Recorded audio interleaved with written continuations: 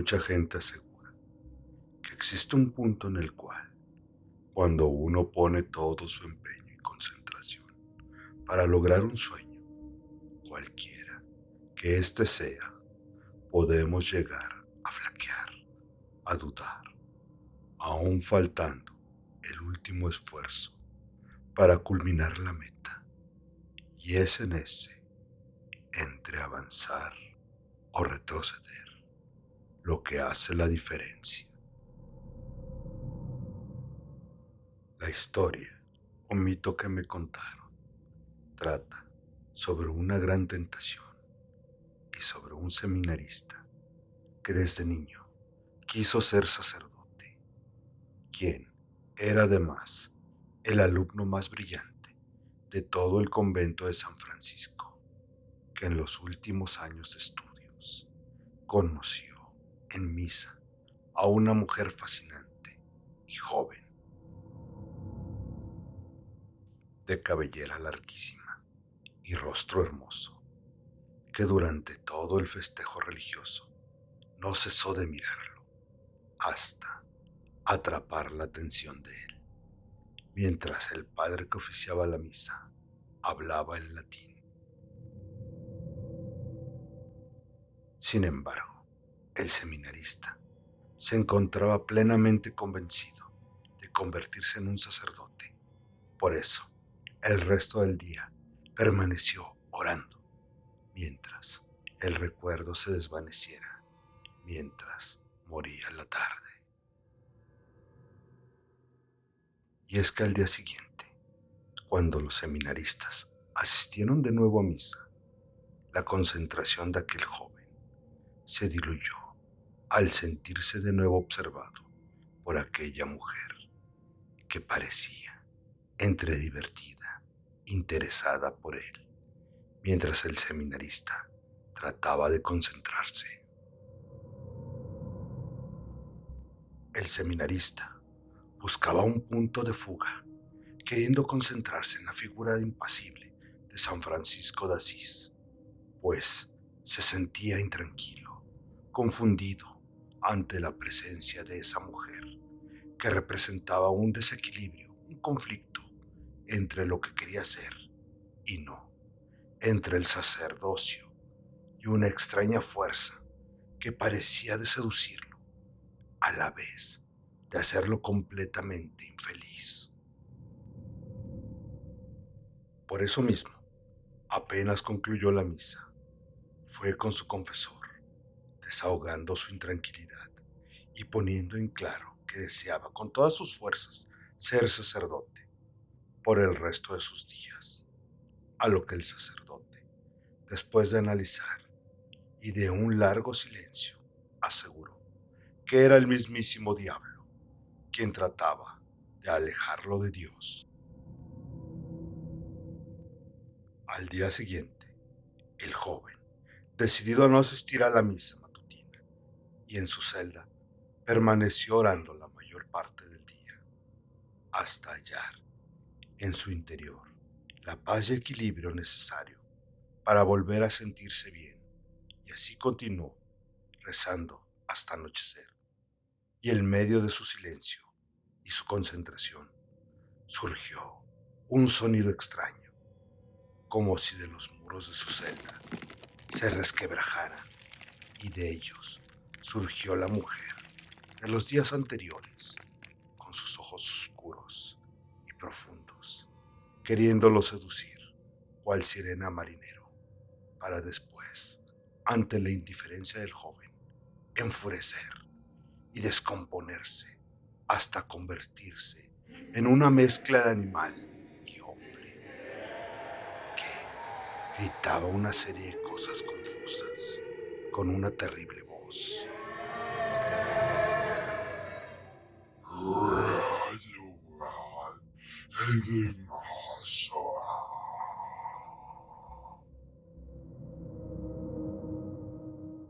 El joven oró con todas sus fuerzas para que aquella fiera extraña y maligna no le hiciese daño.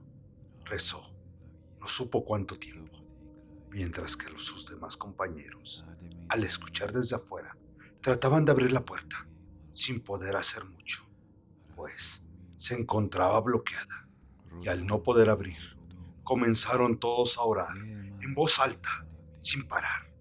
Y fue en ese momento en que la oración de todos se convirtió en una, que aquella bestia, mitad hombre, mitad fiera, salió volando del lugar, escuchándose una especie de detonación brutal en la habitación, para después, entre objetos esparcidos y resquebrajados, atestiguar un enorme agujero en el techo, que se dice que el diablo había hecho, huyendo ante la fuerza de la fe y la unidad, en el convento de San Francisco, hoy llamado Museo Regional.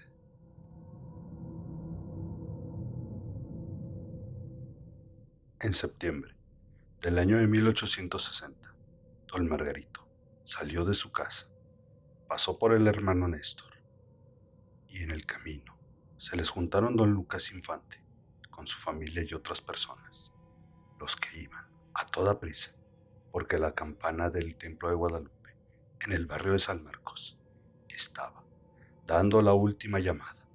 La esposa de don Néstor estaba muy preocupada porque su hija seguía muy grave, ya que, según el médico, solo un milagro podría salvarla.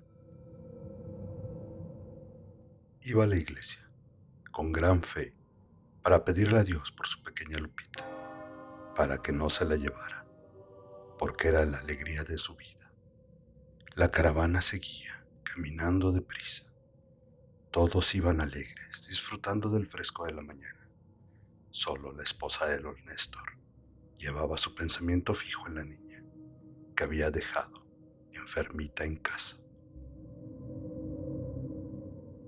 De pronto, al dar vuelta en la esquina, a unos cuantos pasos de la huerta, que era de los señores Leos, se apareció un individuo muy alto, con un traje negro y con un sombrero de gran ala. Al irse acercando al grupo, todos experimentaron un escalofrío tal que comenzaron a temblar. Aquella figura desapareció segundos más tarde. El silencio. Llegaron al templo. Nadie se atrevía a hablar de lo que habían visto. Una vez que terminó la misa, se despidieron del sacerdote y, con excusas de no poder desayunar en la casa de don Margarito López, cada familia se fue a su casa. Al día siguiente, se volvieron a reunir todos los amigos con su familia y juntos atravesaron la plaza de San Marcos para tomar la vereda, y en el mismo lugar volvió a salir aquella extraña figura. Y este encuentro se hizo cotidiano por un mes. Algunas personas ya no querían asistir a la misa del alba, pero las familias de don Margarito y don Néstor continuaron con su costumbre de años, y a los pocos días todos reanudaron los encuentros mañaneros. Ya se atrevían a comentar del extraño aparecido, que como exhalación pasaba junto al grupo, sin decir una sola palabra. Un día, cuando el grupo, presidido por don Margarito, iba rezando el rosario a la Virgen de Guadalupe, de pronto, el aparecido no solo pasó cerca de ellos, sino que se paró y, con una voz de ultratumba, y dirigiéndose a don Néstor, le dijo: «Llévame con tu hija. Sé que está enferma en tu casa».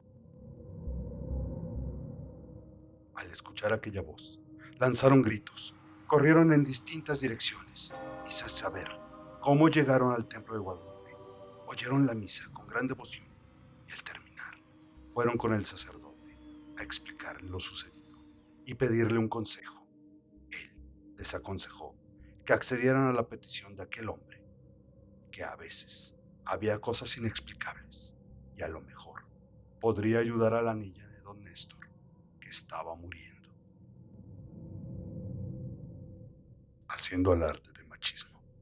Los amigos de los señores López les ofrecieron acompañarlos al día siguiente, no así las señoras y los niños, los que habían enfermado del susto y por ningún motivo querían volver a pasar por las huertas de los señores Leos. Al llegar al lugar señalado, se les volvió a aparecer este ente. Al preguntarle, don Margarito, si era de esta vida o de la otra, el hombre retrocedió 2 pasos hacia atrás y dijo que su deseo era curar a la niña. Sin decir una palabra más, desapareció. Después, de regreso, don Néstor, a casa, supo que aquel individuo se encontraba en la habitación de su hija. Decía un rezo muy largo. Puso una mano en la cara de la pequeña. A los pocos días, Lupita estaba jugando en el jardín de San Marcos con sus amiguitas, como si nada hubiera pasado. Solo, en su carita, tenía una marca como de dedos pintados. Desde aquel día, el hombre del monstruoso sombrero desapareció para siempre, pero la familia de los López siguió con sus acostumbrados asistencias a los oficios religiosos, solo que cambiaron de vereda. Nunca más volvieron a pasar por la calle de Rivera. ¿Ustedes qué piensan que fue este ente que se les apareció? Leyenda de Aguascalientes. El terror está